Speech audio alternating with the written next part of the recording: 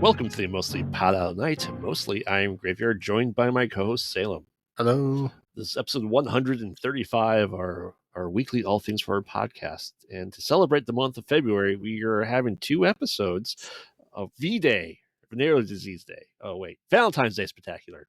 And for the second... VD Day. VD Day, yes.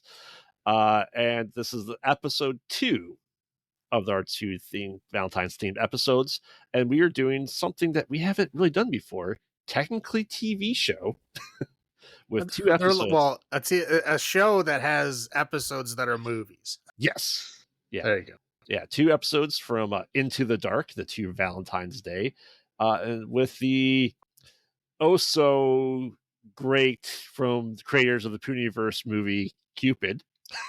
Oh, is it the same people? I is. should not have been. I should have known that. I should have known that. I looked it up. I did not know go. Oh shit. So prepare to sidestep some flightless arrows, and maybe if you're lucky, get to see the arrows at all go into the person. Because that movie was fantastic. So we were talking. It's great. Yes, we were talking about the Down episode from 2019. The My Valentine episode from 2020 of Into the Dark, and Cupid from 2020, which you think was made in the 90s. I'm going to say that right now. No, I wouldn't say that. I would say it's just made cheaply. That too. And also, like, make up your mind. Are you English or are you American? Yes. It's like, what the fuck? We'll discuss what country they're from. Don't worry. In that movie. All right, so I'm not going to lie. There's not a lot that happens in Down in 2019. Essentially, there's honestly not a lot that happens in My Valentine either. No, there's really not. So there'll be quick recaps of this, but essentially, Down takes place as a woman working at a high rise in city, U.S. Yeah, I was trying to figure it out. I'm like, what city is that? I don't know. It's probably Vancouver, and realistically, it's probably supposed to be New York, though. I don't know. It's not New York because she's flying to New York. Oh. So that is the one city we know that it isn't. So that's, other than that, it could be any other city that's not within driving distance of New York. So it's probably not Boston. Let's go Seattle. Sure. No, it didn't have a Space Needle. Let's just go Vancouver then. Yeah, it's some movie that I don't. It's some city I don't know the skyline of. Yeah, it's not Chicago. Right. I know that. Yeah, exactly. It is not Chicago. Seattle, I know the Space Needle. There's a lot of cities I don't know, but that is one of them I do know. Mm-hmm. And that's mostly from Shadowrun. Seattle skyline is part of the Shadowrun marketing stuff. Oh, there you go. But she gets in the elevator at the 49th floor. Some guy gets an elevator like 44th, and then they're going down into the basement of like parking garage too, And so it's the elevator then stops, and they kind of start like bonding with each other, trying to figure out what's going on here, and talk about what they do on the floor. She's some business person working Valentine's. I don't think they ever say what she is, but I mean, I would guess like some kind of lawyer or accountant or something. I don't know. Somebody important business-wise. Yeah, but essentially Valentine's Day is on a Friday, and they have Monday off for President's Day, so it's a long-ass weekend. And she's flying out to New York to reconcile with her boyfriend. We'll just spoil that plot point now. And so the guy's like, yeah, I'm like, if you said, crypto bro, I would have said yes. That's the allure he's trying to give off, the illusion, right? Well, I think he's like a modern salesman. Yeah. So anyway, they're trapped there for a while. They like, hey, on Thursday start to get into like the cheap wines, figuring out what they're like. So just small talk to begin with, and eventually like, oh, I have to pee. Pees in her thermos, and then they start playing like, tell me this, and like it's to each other. Who knows how long we'll be here? And eventually they talk about like, and the guy brings up, let's talk about sex. Like, oh, what's the weirdest place you've been in? She's like, oh, the library. He's like, yeah, I haven't done any place weird. And then like, hey, I'm horny. Let's bank. And so they do. And then after the banging, he goes psycho. his mask slips. Well, I wouldn't say it slips yet. I would just say like he thinks it's going too well, so he breaks out the L word. He does. I love you. And yeah, so this is like a casual elevator hookup. And then he throws out the L word, and she's like, "Whoa!" Yeah, rightfully so. Like, holy shit, calm down. And yeah, that's of course he gets upset, and then like you said, yeah, he's like, yeah, I just didn't notice you around the office. I've been following you and watching you for a while. It's like, whoa. All right, now this is getting bad. Yeah, so now it's not only is he a stalker, but he like essentially kidnaps her. Yeah. So the big twist is he planned this entire thing because he's the security guard at the desk at the the high rises that have the key cards that you don't honestly pay much attention to. I know I did when I was working in one. Well, if the security person is working the front desk, if you work in the building, like you might talk to them the first day. But like if you've been working there for any length of time, like why would you ever need to talk to the front desk security? Unless your badge doesn't work. That's the only reason. Again, but but even then it's probably somebody in your own office that would take care of it. Yeah. You're right. So but I'm saying like that would be the only time. So yeah, I mean it's not that odd that you don't have a relationship with the front desk people at a building that you work in. Especially that has at least 49 floors. Yeah. Right. If it's an automated building, like the likelihood that you're gonna have a run in with staff is very low. Correct. So yeah, he kind of just lays it all out and is like, yeah, I stopped this. I planned this all out. And then they end up breaking the key because he had stopped the elevator on purpose, right? And like I said, then the mask just slips all the way off and he's like starts like just getting violent and angry and choking her. He's like, oh, you're not really want your boyfriend. What about us? Blah, blah, blah. And there's one thing that I don't understand. This always happens in movies, and I don't get it. If a key breaks off in the lock, it's not broken. You can turn it still, yes. Right. Unless it's like a really hard lock to turn, but even then, if you like... Unless it's the wrong key. Right, yeah, yes. Obviously, if it's the wrong key and it's broken off in the lock, then you're fucked, right? Yeah. But like, if it's the right key in the lock and then you break off the top, you can still like turn it, unless it's like broken deep in there or something, right? And then you can, but again, if they're in an elevator, I understand you don't have the tools to do that, but I'm sure you can find a way. But no, it clearly shows it's sticking out like in half an inch. Yes. So you can just turn it with your hand. Like, I don't understand what they're like, oh, it's broken. Like, no, like that's not how keys work. Yeah, and she's like, oh, the other guys didn't come. You're like, nope, I told them to take the weekend off. It's just me. Haha. Yeah, like, don't they have a manager? There's not only ever one person. There's maintenance person always on. Right, I'm just saying, but like, don't they have a fucking manager that has to write their schedules? So how would the manager be like, oh yeah, okay, this one guy is going to work 3 days straight without a break? Yep. No, it's not going to happen. Right. But anyway, so she's like, hey, we got to climb out. And she's like, hey, I'll boost you out. He's like, you're just going to leave me. She's like, no, I won't. Gets on top of the elevator, then proceeds to flick him off and then try to escape. Right. I don't like that part. I don't get like what she just could have kept going and not done anything. Like that was the plan.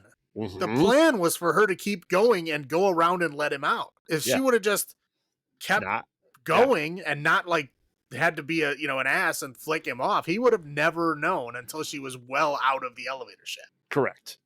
But she does that, so then he gives chase up to her, and they essentially like suplex each other back into the elevator. Right. And they're both kind of like knocked unconscious. And while this is going on, the other security guy that was there, he's like, hey, I'm gonna bring this girl to the office where I work as security guard. Yeah, I'm a security guard. Let me bring my attractive girlfriend after like being at the club all night to see my fucking desk job as a security guard. Like, who the fuck would care? No. I mean, if you were like a security guard, like a cool museum, and you could like go there at night or something like that. Okay, that's interesting. It's just a fucking office building. Empty high rise there. Yeah, there's nothing there. Right. But he sees this going on there. He goes up and then he's like, hey, let me help you out. The guy wakes up and then proceeds to hold him as the elevator then cuts him in half. Right. Like, he's there just as a body count. I guess. Yeah, yeah. So essentially, she's unconscious. The guy, security guy, the bad one, essentially kills the guy, dumps his body at the bottom of the shaft, then proceeds to kill the girlfriend that he brought with and dump her in the bottom of the shaft. Changes his clothes, throws to the bottom of the shaft because no one ever checks the bottom of the shaft. Elevator apparently in this city, and then proceeds to then like bring the unconscious woman back to his house. I don't know if he ever explicitly stated there. No, well, here's my guess is he threw all that stuff down there so that they wouldn't find it right away. Yeah. And he probably had planned, like, his fallback plan was probably to just like knock her out, kidnap her, and keep her as a prisoner. And if that was his fallback plan, he probably had a place he was going to do that at that was probably not his house. Yeah. So my guess is he was bringing her there, and he knew that they wouldn't be able to find him there either. I mean, they probably would find him eventually, but he would, people in that state of mind aren't right. They can plan ahead to a certain degree. Like to get where they want to be at, but like, long term past that, no, they don't have. No, the immediate, this is the next 12 hours after that. I don't know. Right, exactly. So anyway, he's like, oh man, I'm gonna, dump all her stuff. She's dead. And no, wait, she's not. She backs up the car into the dumpster, kind of crushing him inside of it as he's trying to do it, and she just kind of lights him on fire. End the movie. Yay! Yay! I know. I think we both started kind of watching Into the Dark like when it first started. I remember, you made me watch it. You kept telling me to watch it, so I was like, fine. Yeah. So I watched. So yeah, we would watch them as they came out because it was once a month. Mm-hmm. Well, if you don't know what Into the Dark is, Into the Dark was a series. It was only around for like a year and a half, 2 years, yeah, 2 years, yeah. So it's essentially a series. It was like one episode per month. The episode is an entire film. Mm-hmm. And the film is based on a holiday in that month. Correct. So, January, New Year's, February, Valentine's Day, March, like St. Patrick's Day. Yeah, we had like an Arbor Day somewhere in there. Right, yeah. There's National Pet Day, yeah. Right, yeah. It's like, right. All kinds of whatever holiday in that month you want to make an episode out of, you can. And they did. And it was like, yeah, again, like I said, it was like, 18-ish episodes, I think? 20-ish? They ended up with 24. Okay. So there was a huge ass break in season 2. Right. And then they came back for 2 more, and that was it. And right. No one ever said anything else about it after that. No, and then it just stopped. And I was like, I wonder how many they had in production that they just stopped. I don't know. It was interesting. I don't know what ever happened, but it did stop. But it was an interesting concept. Oh yeah, I thought it worked really well. But like I said, I remember watching this. Then I'm going to throw this out there right now. I personally feel like this one is a strong one, but the next one kind of the weakest one, I'd say, of season 2. Yeah, I can see that. I'm trying to remember. I think it's on Hulu. I think Hulu is like the official owner of it, but it's been they have spread around to other things as just plain movies that I've seen too.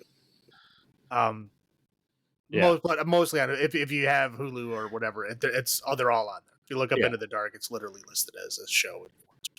Yeah, but I was really intrigued with the idea of doing this. Like, this is a great way when the show started to have people have a movie and do different actors, do different directors and writers and all that stuff. Like, it's a great way to showcase horror movies. Well, it's a cool concept because you can take an indie filmmaker and attach them to an already existing franchise to get them a little bit more visibility, right? So they're making their own film, right? But you're fitting in with a theme of the rest of the show. So people that are watching the show will watch your movie just because it's part of the theme, whatever. A rising tide raises all ships, as they say. So. Right. Yeah. Like I said, I wish the show had continued because I thought it did great stuff. But yeah, no, I did. I had some stupid shit for sure, but there was I think more good than bad overall. Yeah, and I thought that this was an interesting episode just because it showcased a lot of just closed spaces with toxic incel almost. Well, yeah, it's exactly what it is. It's all about obsession and Yeah. like what you want things to be versus what they really are. Mm-hmm. You know, because when you watch a person, right, and you think you know who they are based on like what little you have seen them interact with others and stuff like that, but you don't know that person. Right. And that's the thing is he put her up on in this weird state in his head, but he doesn't know who she really is or how she really acts in real life. Like Right. what people she talks to or relationship she has. He doesn't know. He Mm-hmm. just knows that he's obsessed with the vision of her. Yeah. Yeah. And I think it's on the rewatch too. I think it holds up too. So, I think I only watched them through once originally. Yeah, no, I've only ever seen every episode once, and yeah, no, it was good. The second time, it was still good. Yeah, I think it's an interesting rewatch because you know where it's going to head, and you see if you can kind of catch things beforehand too. See if you can see the mask slip a little bit before the eventual, essentially 2 drops of it. Right.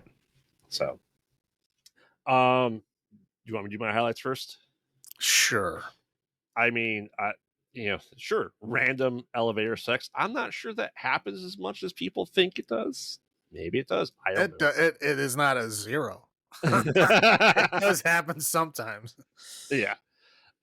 So it's interesting. I'm not sure that's like the best time to be doing that stuck in the middle of the elevator, but I also thought it was a missed opportunity for Aerosmith's "Love in an Elevator" to be played. There's not many yeah. songs about love in an elevator, and there is one, and it was not used. So Yeah. And essentially this being like a box episode, like entire time in an elevator for the most part, 90%, right? And I think it does it well. Just 2 people stuck in a box. correct. I think that the twist of him just being just like, oh, I had like a misdemeanor or whatever happened and I can't get a job, so I had to get this job. But like, I think the guy played both sides really well because, he Well, puts that. let's be fair. It wasn't a misdemeanor. Well, but you know what I mean. Yeah. Essentially, Right. yeah. But I mean, like, I think the guy like played both sides of that character really well. I thought he did a good job playing that sales guy and then becoming the maniac. And of course, just setting the crazy ass fucking guy on fire. That's the way to do it. I enjoyed that. Those are my highlights. How about you? Okay, yeah, I'll agree with, but I'll say the acting chemistry was good because this is like, again, there's really only 2 people, right? In the this other whole 2 film. are there for bodies, right? Yeah, the other 2 are there as just kind of like spice, to kind of up the stakes in the climax. But like ultimately, if these 2 actors aren't, 1, good, and 2, like good with each other, this could have been a very, very painful experience. You know yes. what I mean?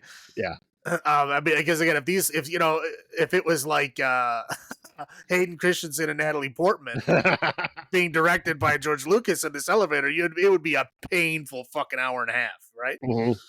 But it's not. No, they play off each other very well. I mean, like it's when they're kind of learning about each other and flirting and stuff in the beginning, and like even after the change, they still work together well. Like he's crazy, she's like kind of the victim, but also defending herself at the same time. They do great together. Like, I don't know if they practiced a lot or whatever, or if they, whatever, but the chemistry between them I thought was very good.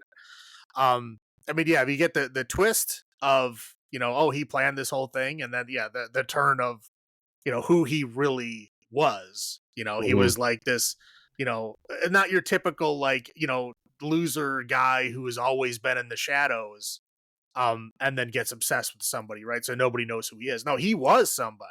And then it was taken away from him, and that's why he needs to be seen again. It was an interesting, twist that you don't normally get. Usually it's just some kind of schlubby person who nobody ever remembers. Right. And this time, like he was. Right. Yeah. Exactly. And this time it was different. And I mean, again, the whole concept of it. But again, this a concept that could easily have gone wrong.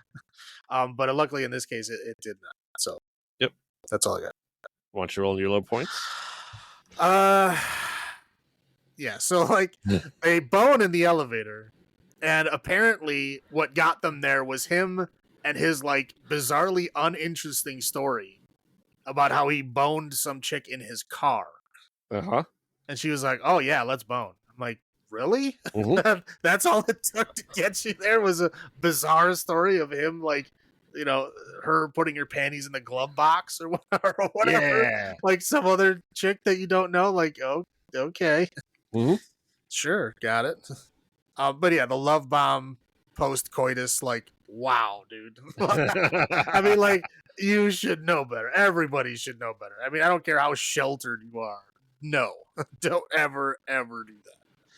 I mean, the whole penis chop scene was disturbing, I thought, because it's Yep. like you don't know if it happened or not for a minute. Right. He's like, thank you for not mangling Yeah, me. but he's like he like blacks out and then is like crying and sobbing. And we Uh-huh. don't find out that she didn't do it for like another minute or so, and you're like, "Oh shit, did he? Didn't he?" You're like, "What happened?" That was an odd choice. And then poor Eddie. Yep. That got cut in half the elevator. Poor Eddie. Felt Yep. bad for him. Yep. The girl should have known better to go visit. Hey, you want to go visit my high-rise office that's empty at night? Yeah, she would have like, no. This is No. where I sit and look at the monitors. Right. Yay. Yeah. What an exciting job. That's all I got. As we said, that's the most blazing thing, as we said, giving him the middle finger instead of just leaving. Right. Like, again, the plan was for her to climb up, get out the other door, come down, and let him out. Yep. That was the plan. If she would have just followed the plan and then just fucking ran as soon as she was out of vision, he would not have known for like another, like, how many minutes? She would have been out of the building. Oh, yeah. Yeah, that was that. That is like a bad horror movie decision. Right. It's just like, what? Like, I understand you want to fuck this guy up, but he's literally trapped. Yep. He's not going anywhere. You call the police, he can't get out. Yeah. You're done. Right. Yeah. Yeah. And like I said, Eddie, poor Eddie, just there for a body. He was just being a nice guy. Him and his mustache. Yeah. Well, I get a really stupid idea for him to show up, but he genuinely did want to help them. Yep. Yeah. And of course, you know, having to work in a high-rise office, I do not miss those days of having to work in a city like that and being worried about like being the last person in the building. It sucks. I hate it. It just brings bad memories for me. So no thanks. That's what I got.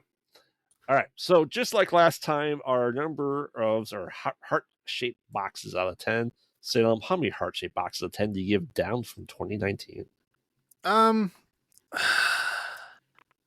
I mean, it's good, right? I rewatched it, and it was, you know, just as interesting as it was when I watched it in 2019. So, I mean, a 7. You know, it was rewatchable ultimately. So 7 is fair. Yeah, yeah. Like I said, I think this was you know, I think season 1 of Into the Dark was just solid the entire way through. I don't know, fucking Puka. Well, okay. Some of these episodes are good. Don't let them oversell it to you. Oh, season 1 is better than season 2. Correct. That's a true statement. And this, like I said, this was still a strong one, and I didn't know how they were going to do Valentine's Day, and I think they did it really well, as we said. So I will give this 7.5 heart-shaped boxes out of 10. It's a good standalone movie that people need to watch outside of Into the Dark if possible as well. So yeah, like I said, some of these would be good as just their own films. I mean, I understand if it was a part of the franchise, you want to keep it there, but now that they're not going to make anymore, I think they should like let them branch out. But yeah, we'll see. All right, so Salem, bring us through the pop star studded My Valentine episode. Okay, so My Valentine, ultimately not a lot really happens in this film. I was trying to like, how do I like go over this? I guess there's really not much to embellish here, but it's 3 sentences. Yeah, so I'm gonna give you what happens, and then I'm gonna fill in some flavor afterwards, and then we'll just let it go. So ultimately what happened is there's this girl, her name is Valentine Fox, who has like her own unique look of like this long blue hair and goofy makeup and shit. And she wrote a pop album and was performing and doing everything, trying to make it big. And she had this like boyfriend slash manager who was like, again, trying to help her get there, ultimately became a controlling, manipulative, abuser.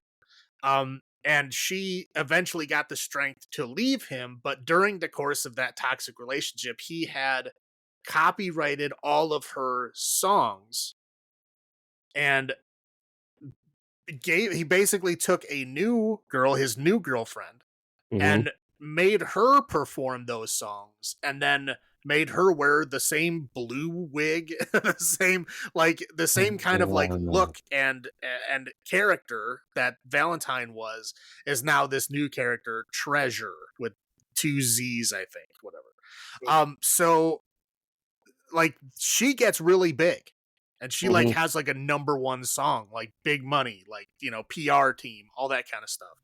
And so Valentine is basically like pissed because, this was her life's work. Yep.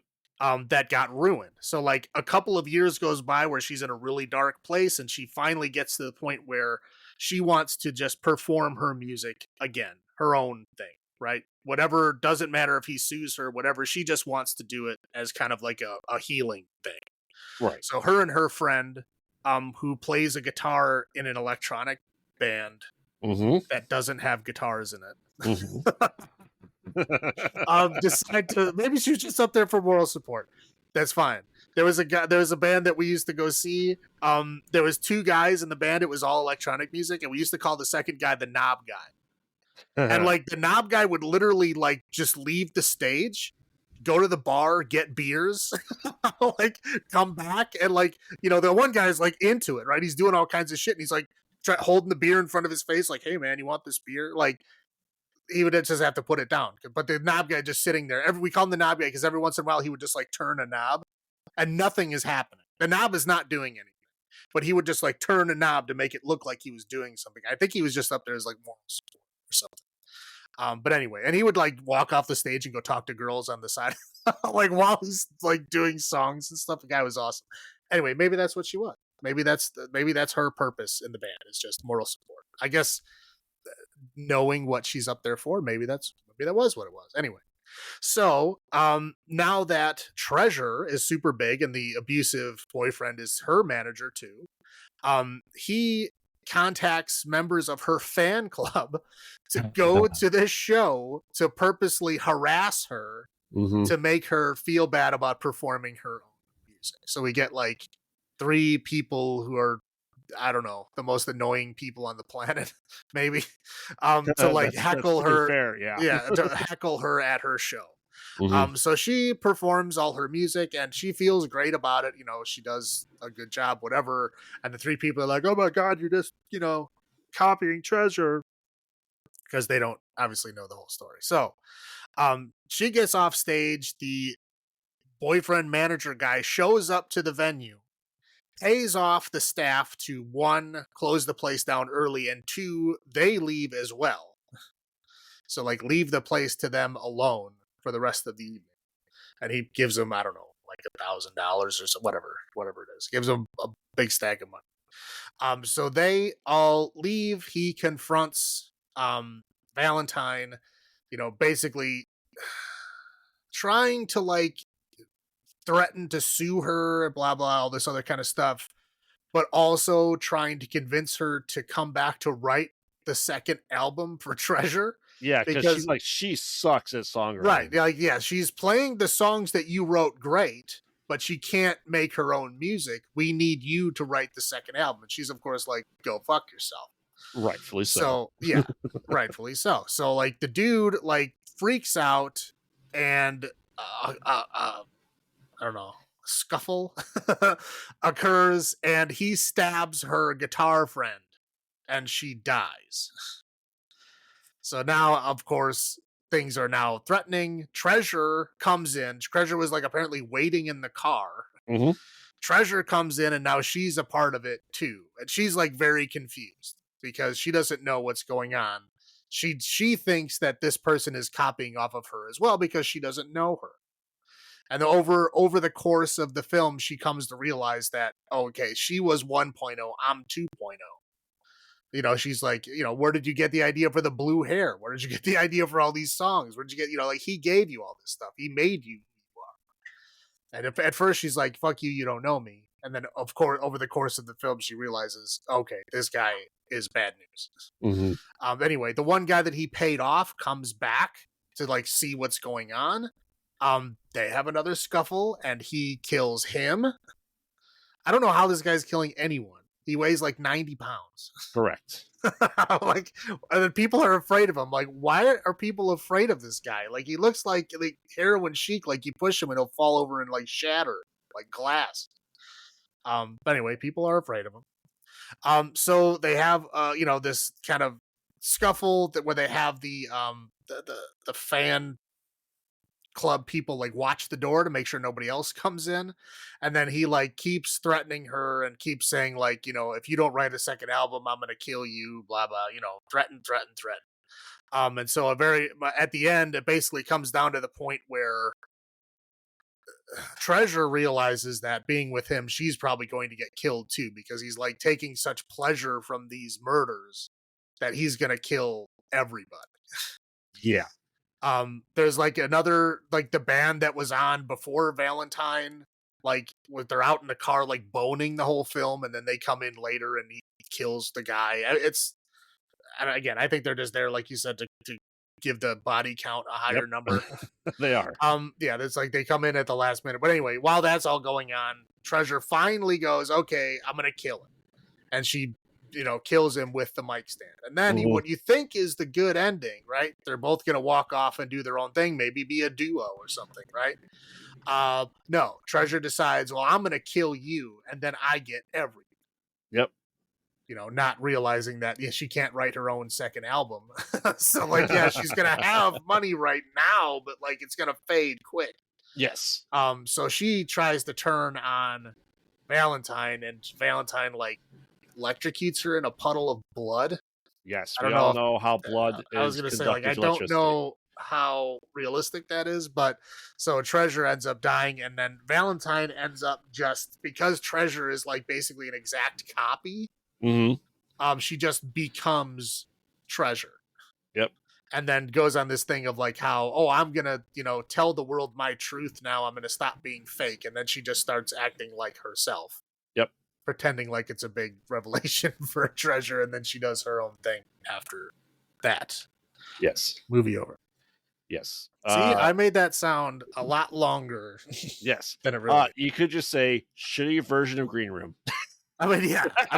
You could say, like, yeah, guy confronts a girl who he copied to write a second album. She says no. Chaos ensues. There you go. That's the short version. What was your first thoughts on this? And obviously rewatch then too. Obviously I left it all out, but there's a lot of songs. There's a lot of like goofy video performances of like Treasure, like dressed up in all these outfits, like singing songs. There's like, I don't know. Apparently there was some pop person that did the soundtrack. I don't know who they are, but I don't know who any of them are. So me saying I don't know them doesn't mean anything. I don't know them. I don't know them either, if that helps. Well, it means a little bit more because you have daughters. So there you go. But I don't know. That might be a hipster thing. Or I don't know. Who knows? I don't know them, but that's it. But yeah, there's a lot of that. There's a lot of like, I'll talk a little bit about that later. But yeah, there's a lot of like, cutbacks to flashbacks to Valentine being in that shitty relationship with him, and you kind of see how he was gaslighting her and abusing her and blah blah, that kind of stuff. So that, again, it goes back and forth. We get the whole story over time, but that's how you go. But it's an interesting kind of showcase of abusers and what they do and how you can recover from them. Right. I wouldn't say it's not quite as encompassing as like Jessica Jones season 1 was, but it's there. I mean, it's they try to follow the process. Yeah. I was watching this and like did I really just purge most of this from my mind? And I think I did because of all the poppiness that was ensued to it. But yeah, it is a showcase of like, the guy's like, "Oh, you hurt me. This is all about me. I'm the victim," and just being a fucking piece of shit. Yeah, no, again, yeah, he's being like an abusive Yeah, manipulator, gaslighting yeah, the fuck out of everybody around him. Yeah. yep. So yeah, it's not my favorite episode of Into the Dark by far. No, I mean it's an okay. I mean, as a character study, right? It's okay. It's Mm-hmm. just the most of the like embellishing elements I hate, but that's Yes. because it's all about pop stars. Yep. I don't like pop stars stuff. So Yeah. if you're into pop star stuff, you might fucking love this. Yep. Maybe. I don't. All right. Do you want to go first then? Sure. Okay. I will say, there was some, I mean, minus the whole videos and stuff like that, but there was some like interesting, like kind of graphics and presentation. Mm-hmm. Like sometimes there'll be like weird kind of like graphics, like a halo or like little hearts or stars and stuff like neon stuff that'll just kind of appear in the screen, like to emphasize certain points and stuff. Those are fun. There's kind of like interesting like split screen things that they do to get like multiple reactions simultaneously. That was interesting, I thought. Um, just kind of fun stuff. I mean, those were fun. The flashbacks were fun. Simply because yeah, she was like literally having like PTSD like flashbacks. Right. Like reliving moments from her past. That like I thought that was interesting. But yeah, I mean, just being an abuse survivor and surviving that PTSD, I thought they did a pretty good job with that. Like her kind of like locking up and not knowing what to do and how to confront the stuff, and then again, it's typical kind of survivor behavior, and I thought it was an interesting presentation. That's all I got. Yeah, I completely agree with that. All that. I thought it was interesting that Treasure died too. Right. Like that you weren't expecting Treasure just to do that. Like, I'm just gonna Right. kill Yeah. you. The second turn you do not expect. No. Like the first one you kind of see coming, right? It's kind of Right. telegraphed early. Mm-hmm. The second one you don't. Yeah. I feel that Royal, his name, should have died more gruesomely. Yeah. Should have been. He still died, which is great. But right. That's pretty much all I got. I'll roll into my low points. Obviously, pop stars. I can't deal with any of that stuff. Obviously, toxic relationships are bad, and abusive relationships are bad. Like, wait, what? Are you? Wait, hold on. I know. Back the truck up. It's hard to watch, just because it sucks that much. Yeah, kind of the point. It is. I mean, but it's good to confront it. You know what I mean? Like, it's good to like have that shit out in the open to like maybe somebody who's going through it can see it and see that there's a way through it. Yeah. But again, I thought it was done well. I mean, there's a bad way to do it, and this was they did a respectable job. They like respected the content. Yeah. The fan club was awful. Oh dear God! Like the guy with the patch. Like, what the fuck is that? A fashion statement? I don't know. And I was watching it, and the wife's going, "Aren't they all going to get like charged with like accessories of murder and stuff like that?" Like, well, they won't, because they weren't there for any of the murders. They didn't know about them. I think she just really wanted something bad to happen to the fan club. Oh, they absolutely should. Yes, they absolutely should. Horrible things should happen to them for sure. Yeah. And let's face it, we had a full-on music video at the end of the episode. Correct. That is correct. Full-on music video, like 3 minutes. Yeah. Yep. That was like, end. You treasure me, I'll treasure you. Oh, that was awful. While we dance on the knife. Yeah, that's what I got. How about you? Where are your low points? Yeah, like playing guitar in a band without guitar sounds is like fucking bizarre. Like if it was a keytar, okay, you can make the keytar play whatever sounds you want it to play. But no, this was a regular guitar, and she was playing it as if she was making sounds, and it was like nothing happening other than like synth sounds. I'm like, okay, I don't know what you're pretending to do.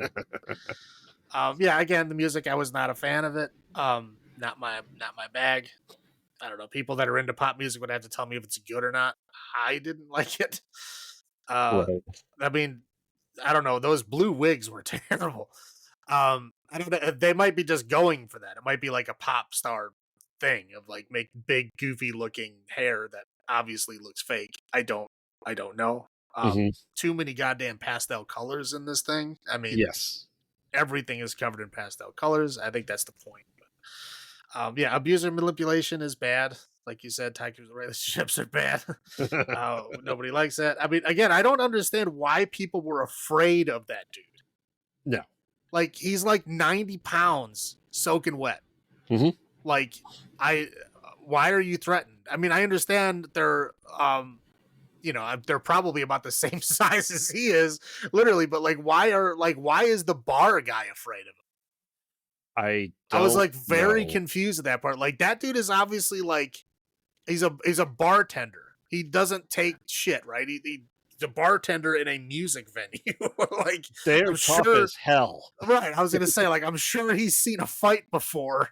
Like, I don't think he would be afraid of a 90-pound little fucking, prissy asshole like this dude. I don't, after he's like, gets all wiry crazy with a knife, I get being afraid of that, but like, he's like afraid of him all in the beginning. Yeah. I don't get it. I don't know. Maybe that's the South side of me. But like, there's multiple times where you could have just left. Just leave. Just what are the fan club people gonna do? Like, I gotta pay $1,000 to leave for an hour. Yeah, like the fan club people are smaller than Royal is. Like, what are they gonna do? Like, windmill slap you? Like, just run. And one of them has impaired vision. Just run past the pets. Yeah. Just like shake your hands around. He'll like depth perception, like knock him out. Hypnotize him like a chicken. Exactly. But yeah, I was just like, why? Where's the fear here? I don't get it. I mean, I get that she's afraid of him because of like past trauma. But like, she shouldn't be afraid of these fan club people. No. Whatever. I don't know.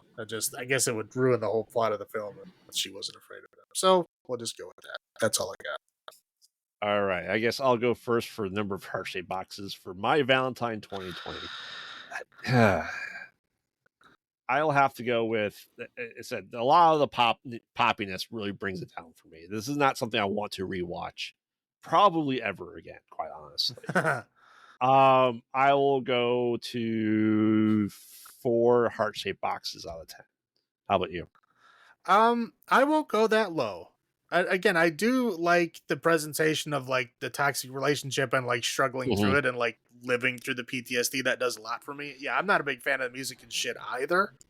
But at least it's a fun kind of concept. So I'm gonna go up to, I'll say 5.5. 5.5. 5.5 heart-shaped boxes out of 10. All right. So last up, we have Cupid from 2020. This is going to be another short description because so essentially what happens, we're introduced to a guy on a date with his daughter who looks the same age as him. And then we get like, she's like, wait, okay, hold on. You gotta clarify, he's not on a date with his daughter. No. He's on a date with a woman, and it's not going well. Did you watch the same movie that I watched? What the fuck movie did you watch? No. He's on a date with a woman that's not going well to the point that she leaves the bathroom window. And then his daughter shows up. Who looks like the same age as him. Yes. Okay. Thank you. I was like, whoa, what happened? I messed up. I summoned Cupid. What? Boom. Arrows. Yeah. Flightless arrows. Arrows without flights on them. Yes. To the point where the date gets in the eye. The dad gets like shot in the leg, and then Cupid comes and just shoves the daughter's face into the arrow that's sticking out of her dad's leg, and boom. Cut to pseudo witchcraft. That's real witchcraft. Yeah, we'll get to that later. And someone trying to do a love spell for the dreamiest man in this high school, I guess. They all look like the same age again. Yeah, right. Yeah, I think he's supposed to be a teacher. He is, but yeah. And like, oh, there's this girl that's in the bathroom. Oh, there's that guy in here smoking. And the teacher just walks in. Like, one of your students has gum in her hair. I go, okay. Why is that a teacher's responsibility? Why is a teacher going to the girls' bathroom for a student that's in high school with gum in here? What the fuck is he going to do? Right. But like, again, why do you have gum in your hair? It's fucking high school. That's like an elementary school thing. Yeah, we'll get into all that. So long story short, everyone thinks the teacher is dreamy. He's trying to like, go on this date with this other teacher. The principal's like, I don't care if you date as long as things stay outside the school. I'm like, they're grown adults. They can date, whatever. Some workplaces have no dating policy. In this country that is an amalgamation of the UK and America, sure. Somewhere in the middle. Again, like, there's a lot of American accents and there's a lot of like English accents, and no one ever comments about what's going on. But the one car that is shown in the film is UK sided driving. It is. So maybe it's a UK school that hires a lot of American teachers. I don't know. Sure. And I don't know. Yes. Yes. So anyway, essentially, she thinks that the teacher is the main girl. She thinks Faye, because of course her name's Faye, thinks that the teacher is dreamy, so she's like all into it, and the mean girls at school steal the teacher's phone and then it proceeds to text her and as the teacher and make her think that she's doing the stuff. Hey, send us pictures, hey, send us videos, and then they proceed to show it at the school and have like, I don't know, 100 pictures of it plastered on the wall. She's like, what are they going to do? Expel me? I like to see them try. I'm like, no, you should get expelled. Especially, I'm gonna say this now. She should have been beaten with a fucking toe chain. Yes. I mean, holy fucking shit. I don't care who she was. I don't care if I was the principal of the school. I would have to punch her on principle. Yes. I would have to. I would go to the store, buy a toe chain, come back to the school, and fucking beat her to death with it. Holy fucking shit. She's like the worst kind of person. Yeah. Yeah. And like to put it in front of students. And keep in mind, if they're in high school, we don't know how old Faye is. It could be child porn for all we know. Right. Yeah, and just blast it. She's like, I didn't do anything. You're like, ha, ha, ha. And then Faye goes, I'm going to do some black magic and summon Cupid and destroy all love from this school. And she's like, why are you so mad at me? Like, you're the reasons people kill themselves. Right. Like, you could have ruined this girl's entire life. And the teachers. Right. Yeah. Like, again, just the kind of person who does not give a fuck and it just wants other people to suffer no matter how bad it is, no matter how shitty you are. It's like, oh my God, just kill her now. You'll be saving a lot of people a lot of pain in their life. Just kill her now. Yeah, but anyway, Faye talks to some demon that she can't look at, which means we can't look at them either, to realize that they only have rubber gloves and a cloak. It's death. Sure. Which is odd because they name Cupid, they name other Roman gods, but they never name death, which I thought was very strange. Yes. Essentially, Cupid we get the exposition storybook beginning is like, Cupid was in love, blah, blah, blah, gets his heart torn out, now he kills love. Cool. So she summons Cupid, and Cupid then starts going around and killing people, sometimes with arrows, sometimes just by whooshing sounds that we don't see anything that happens. Yeah, sometimes the arrows have flights, most of the time they don't. They're just like sharpened balsa wood sticks that fly through the air. And are very rubbery. Yes. Very rubbery. Yes. Yes. So anyway, all that's going on there, and the mean girl was trying to do the school dance. The teacher's like, you have to cancel it. You can't make me stay here and clean this up. What do you think you are? I can't get detention. You can. You did really. Detention is the lightest punishment you should be getting. Death. Like I said, fucking toe chain. That's the only fucking cure for this problem. Yeah. So anyway, Faye realizes that she's doing all this stuff as the remaining students of the 6 students that go to the school there. The poor teacher that's there gets killed. Like I said, essentially off screen. She gets killed by off screen things. But we see her body, but nothing ever go into it. They realize the mean girl's boyfriend shows up. She's trying to leave. Oh, the car won't start. He gets shot a couple times with arrows. They're like, this is poison. Oh no, Faye's best friend zone gets shot in the arm. Yeah, Captain Friendzone. He is friendzoned hard. Yeah. And she's like, "Oh man, I cast a spell." And they said for 24 hours, we have to just live. And like, oh man, when it hits midnight, it won't be Valentine's Day. 24 hours up. We'll get to that point later. Okay. And they're like, oh man, what happens if we summon, try to get it done? I don't know. Let me consult my black magic book. We'll get to that later. And let me call death. Oh man, it needs a sacrifice. What? A sacrifice? And then like Mean Girl stares at death and like, if you stare at death, your soul's supposed to be taken, but instead she just gets an arrow through the face. That's one way to do it. Yeah.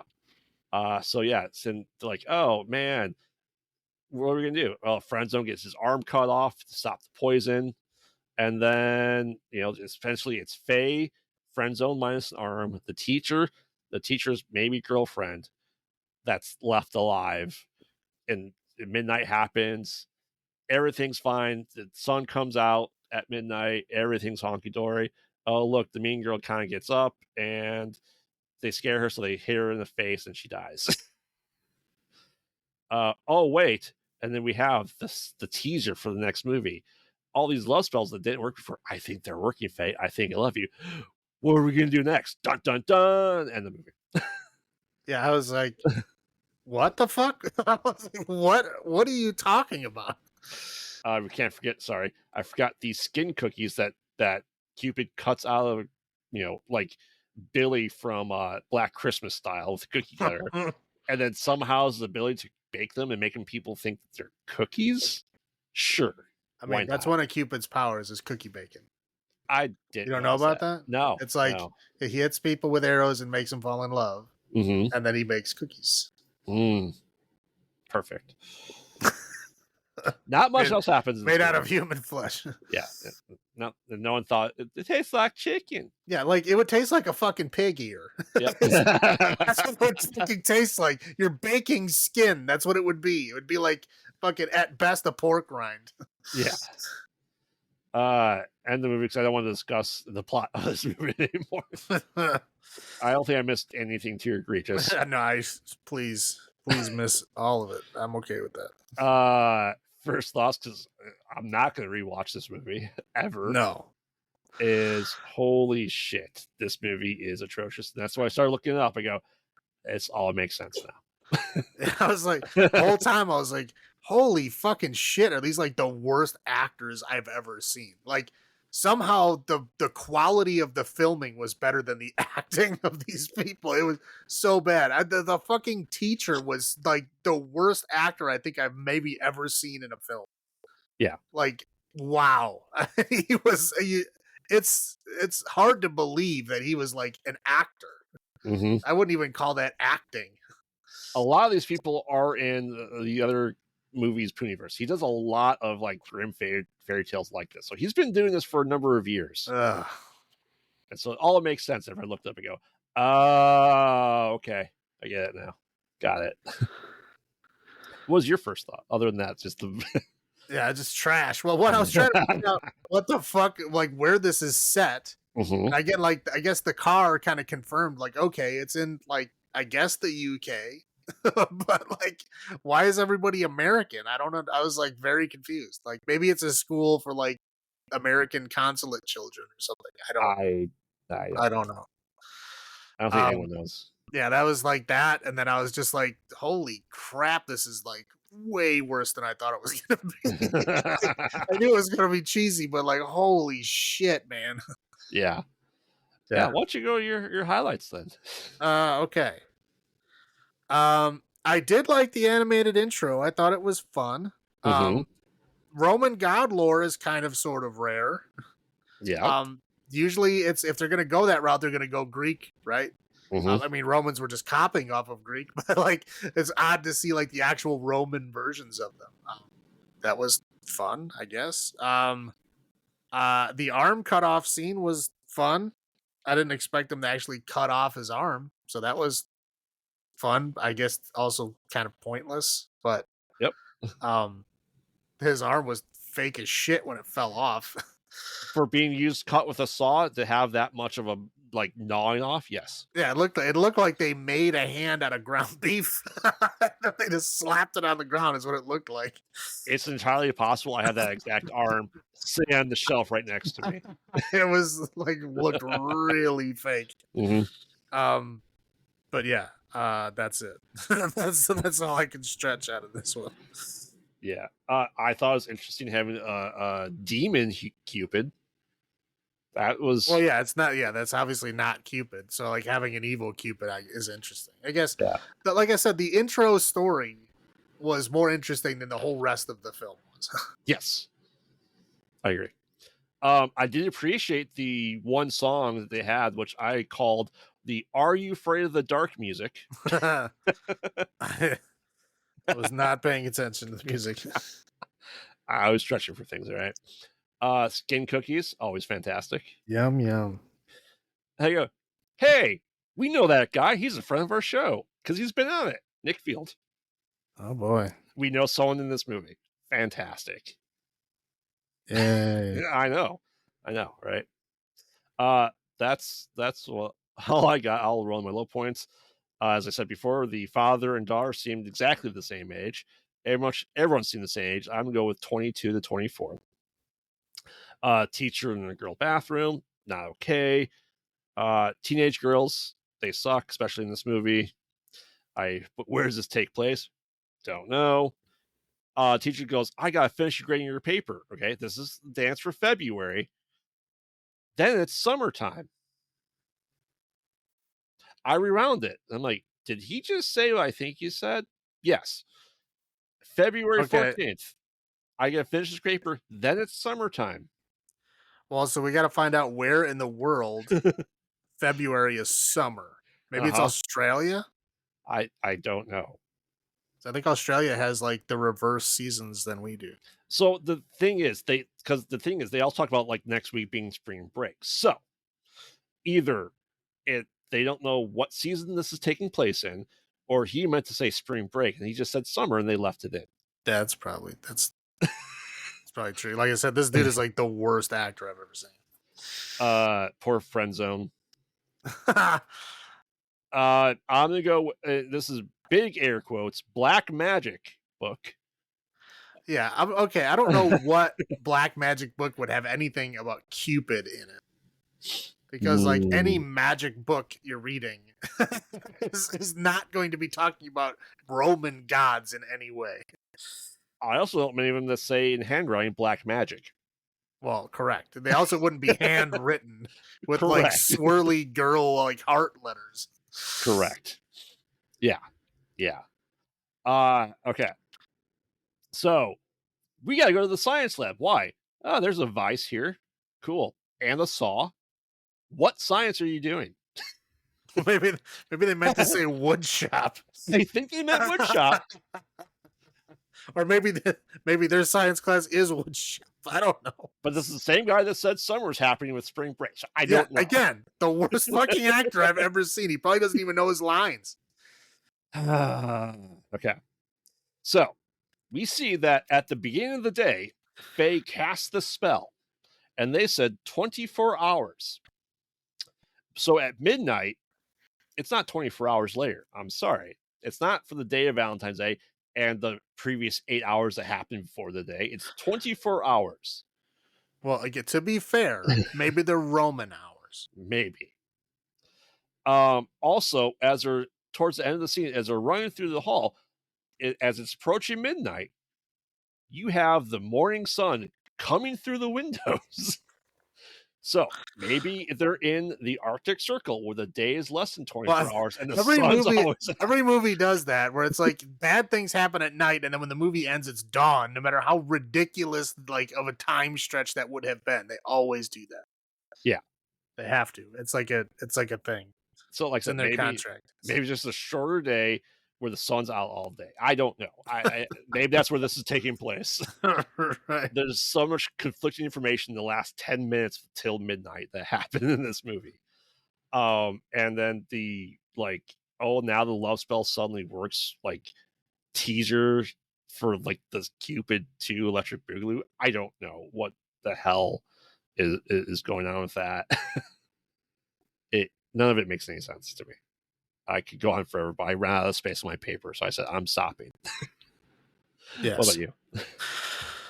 Okay. So I'll say the effects were horrible. Mm-hmm. The arrows, the flying, like the blood, the fake arm, just holy cripes. The acting. Woof. Dude, holy shit. I will call out Mr. Jones as being the worst, but they're all fucking terrible. All bad. The bullying with the fucking like mean girl clique, like ugh. Like I said, somebody needs to beat Elise was her name. Somebody needs to beat her with a fucking toe chain. Like she was far beyond like Mean Girl. Yes. She was like world destroying.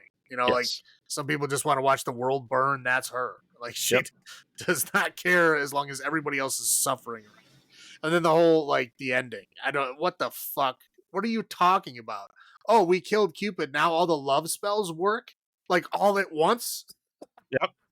Like everywhere in the world where a love spell has been like done, like that's horrible.